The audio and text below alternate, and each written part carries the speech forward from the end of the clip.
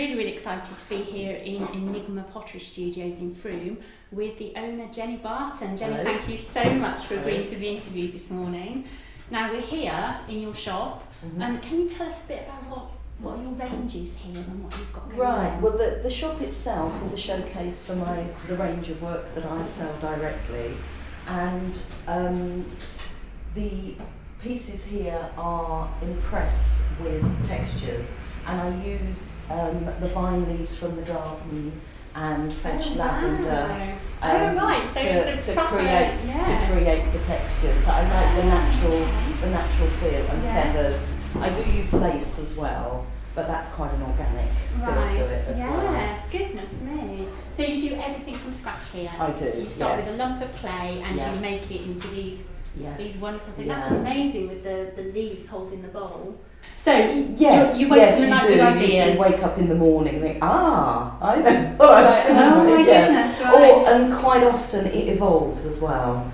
I supply a couple of restaurants and hotels locally with this, and they will ask me for a particular shape for a particular purpose, and then I'll work on that, and if I think it's a good idea, I'll introduce it to the range. Right. So you not only have your own stuff here, but you do commissions for restaurants and other places. Yeah. And how do they approach you? How do they? From the website. I had the website optimised. Okay. And the company that did it said to me, because when I first started in business, I spent a fortune on advertising, and I wasn't recouping the amount I was spending. And when you first start off, you don't have the capital to throw away. Yeah. And it was expensive to have the website optimised, which they put keywords in, and I used things like bespoke pottery and small run production. And he told me that once that was done, I wouldn't need to advertise. And I thought, I'll believe that when I see it. And what happened? It was right, really? Yeah. Okay, yeah. So you have all the ideas, you have all the creation, but you need to get it out there. You need to get it out there. And a lot of it is word of mouth as well. So I've been trading for 15 years now. And it builds, but it builds slowly. Right, so let's go back to 15 years ago then. Yeah. What happened? Have you always been interested in pottery from a child? No. And yet you're making all this stuff here. I know. My whole family's creative. My father was a tailor, my mother painted. And so we're always drawing and making things and doing things like that. But I never saw that as a career. I was down the secretarial, and I ended up in business with my now ex-husband. So I was doing all the accounts and all the background to running a business. And then I went through a divorce with a situation of, what do I do now? Because by separating from my husband, I left the home and the business, so I had nowhere to live, no job. Do I start up another business? Do I just go and get a job? What do I do? When I realised that there was a financial settlement coming, I decided that instead of buying an already established business, I was going to invest it in myself. Because before that happened, I started doing evening classes, creative. And I was advised that if I wanted to do something creative, then I have to run with it. Because if I don't, if I do it and it fails, then I'll always have the business experience to fall back on. But if I don't do it, I will regret it for the rest of my life. So that was that pinpoint, wasn't it? If you want it, you've got to go for it. You've got to go for it. And you've got to go for it now. Yeah. So I did evening classes, and that rolled on to foundation course, which is where I found pottery, or it found me. And then I did a City and Guilds. And then I knew that I wanted to have my own studio, so I enrolled in a degree course, and I chose the one in Bath. I was down on the Isle of Wight. I chose the one in Bath. It was a lovely setting, and as a mature student, you need niceness around you as well. And I did the 3-year, and after a year of living in the halls of residence with the youngsters, you reach an age where you want to sleep at night. And I thought, right, I've got to bite the bullet and sell up and set up around here somewhere. Frome wasn't the place it is now 17 years ago. Yeah. So obviously the properties were a lot cheaper as well. So I found this property that suited everything I needed. Yeah. And because you live here as well, don't you? I live here, so I moved lock, stock and barrel. So I carried on doing the next 2 years and commuted from here while I was doing the house up. Right. And then when I graduated in the July, I opened in the September. And and it's been growing from there. So can you remember how you felt when you first bought this place and thought, this is going to be my shop, this is going to be my home and my shop? It's excitement because you're doing something you really want to do, but the fear of the buck stops here and all the responsibility of paying the bills, of whether this fails or not, is all on my shoulders, and that is scary. It wasn't enough to hold you back though, was it? So that excitement of, I can do this, I'm creative, I know what I'm doing. I don't know that you ever feel like you really know what you're doing. Really, now that's really interesting because a lot of the people that we work with, when they talk about setting up a business, they want it all, set out, laid out. What will happen if this happens? What do I do if that happens? Because they don't want to invest until they establish that. Things might happen or they might not happen. Yeah. So it's okay being prepared for everything, but then you use a lot of energy doing that. I mean, I am quite careful and I manage money and but you've got to sort of be a bit like Madonna and reinvent yourself constantly, because you'll try something and think, that didn't work. Yeah. So I'll do it like this. And I know that's important to you, isn't it? Reinventing yourself, you said that before. And you evolve all the time because you think you're going down a route. Yeah. And something will happen. I was open for 12 months. I opened on the 15th of September 2001. On the 15th of September 2002, I gave birth to my son. And I had plans. So you like piling the pressure on yourself, don't you? I do. You still do this with a new baby as well. And I was running it as a gallery with a lot of other artists, and what is now my living room, through that door that I blocked off, was a gallery space. Right. And after about 18 months of dealing with this child and all these people and trying to make my own work, thought something's got to give, and it's going to be me if I'm not careful. Right. So I had to look at everything and think, well, I can't put my son back. I don't want to stop making my own work. Yeah. So the obvious thing to go were all the other artists. Yeah. So I did, and changed. And it's obviously worked for the best, wasn't it? Yeah. Transformed it from I'm a gallery owner that happens to be a potter to I'm a potter. Sorry.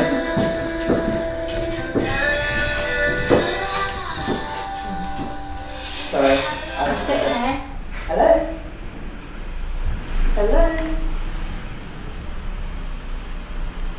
And this is what happens, you see, when business is there. So you've got customers calling, and you have to adapt to that. Right, I'll turn the volume down. As usual, instead of it being a customer, it's somebody who's trying to sell me something. Yeah. Right, okay. So you were saying you did it all, it evolved? Yes. So I changed tack and then went on to be a potter that happens to have a shop, a showcase. So it's somewhere to showcase my work. Right, okay. Yeah. So you've got your work here. What else do you do in the shop? I see over there there's just painting. Recently, just before Christmas, I again was reassessing the whole business because the studio works well down there with the classes, which we'll have a look at in a minute. So I run the pottery classes down there and do my own work. But this space was not being used. Right. And it had the appearance of it. People would say to me, there's nobody ever in there, what do you do? Yeah. And because it's all going on behind the scenes. Right. So I looked at what else I could use this for, and I thought a craft space, but clean craft, as opposed to the pottery mucky craft. So I've introduced the pottery painting, and I have a Saturday girl that comes in and runs this. So she can be doing this at the same time that I'm doing my classes. And so I've got the range of They're bought-in pottery. Okay, yeah. That people can paint, and people love doing it. Yes, I can imagine. Yeah. But when I originally bought stock, I had it in mind that this was going to be something that children do, that people will come in after school or on Saturdays and things. But I found that it's predominantly adults that want to do it. Yeah, yeah. So then I've had to have a look at my stock and think, I need to have more things like vases and you know, things that adults like to do. It was. Oh. So and you it shows again, evolved, you think you're there, going down. Yeah, you've got to meet the yeah. market. And the other thing is that a lot of people that are potters make their work and spend an awful lot of time trying to sell it.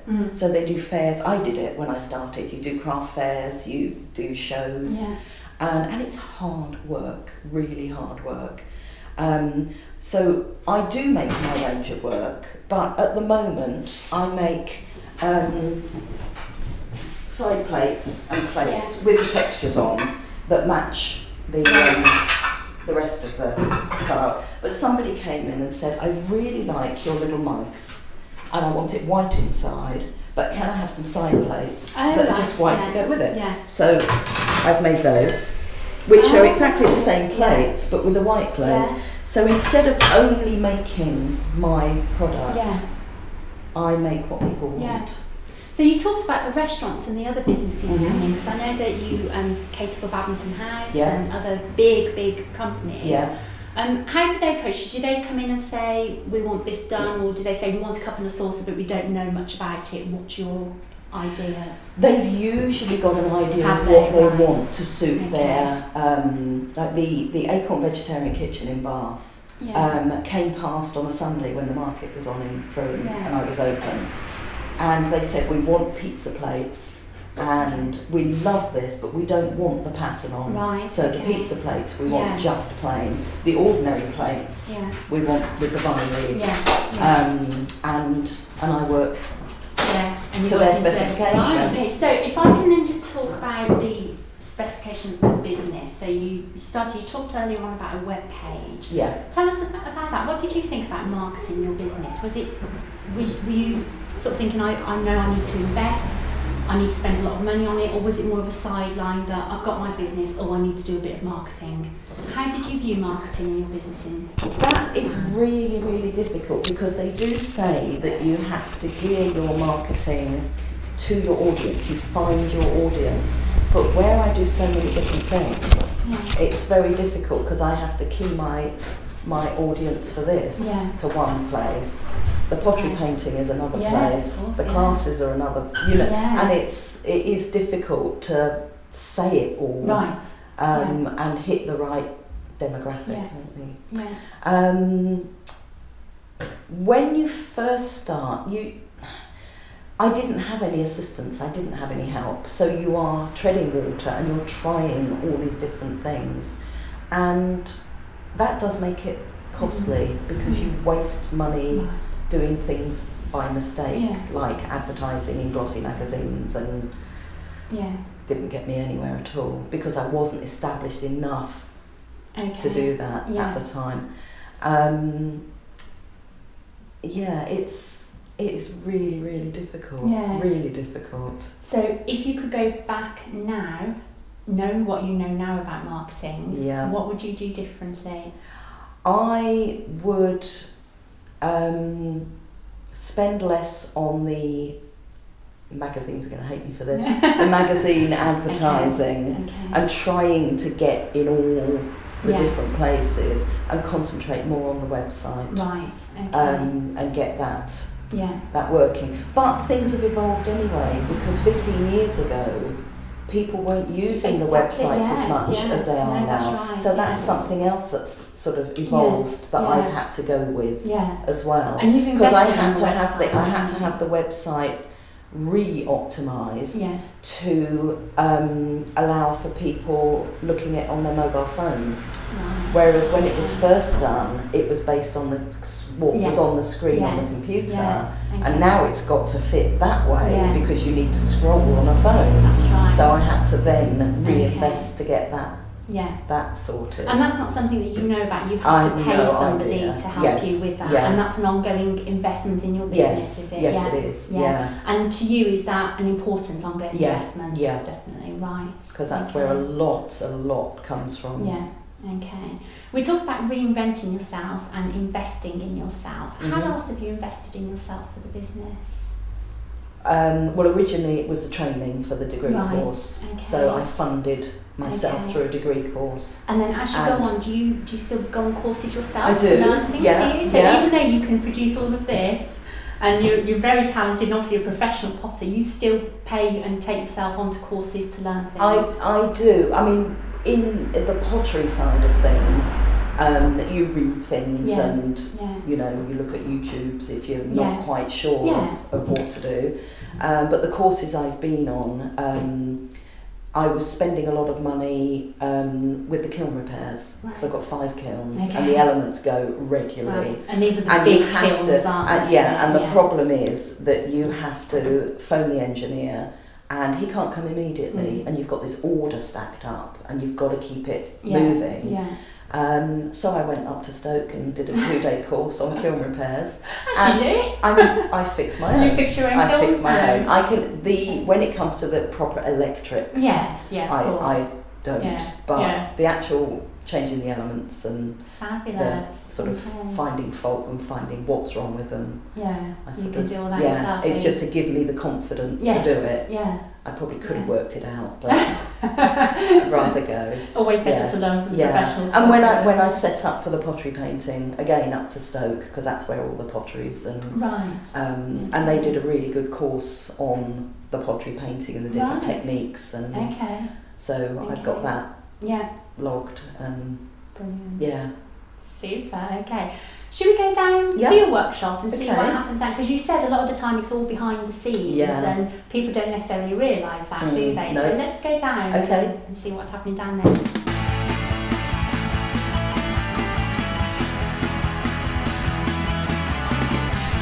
So Jenny has very kindly agreed to demonstrate how she creates these fantastic products from what is essentially a boulder of clay, isn't it? A boulder of clay. When you're making a batch of anything, you have to have a certain weight of clay. Right. So if you roll out the balls in advance and you've weighed all the clay, you're more likely to get the sizes the same. Okay. So having done it and experimented with the different shapes, you know what weight you need. Okay. So I'm afraid I do old fashioned, so these are £8. And trust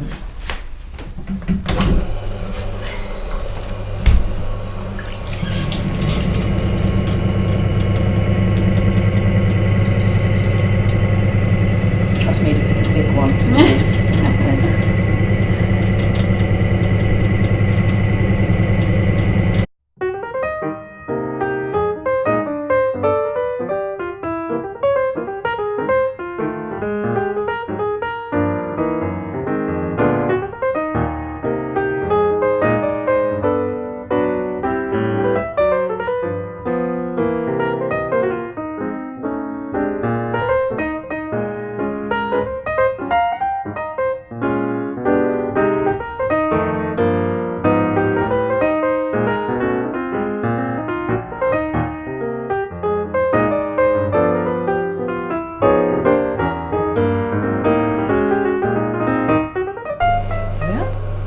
Well, that just looks so easy. I'm sure we can all sit there and do 100 of those in a day. That's amazing, Jenny. And it's quite hypnotic to look at as well, isn't it? And do you find it quite therapeutic? Yeah, it's lovely when.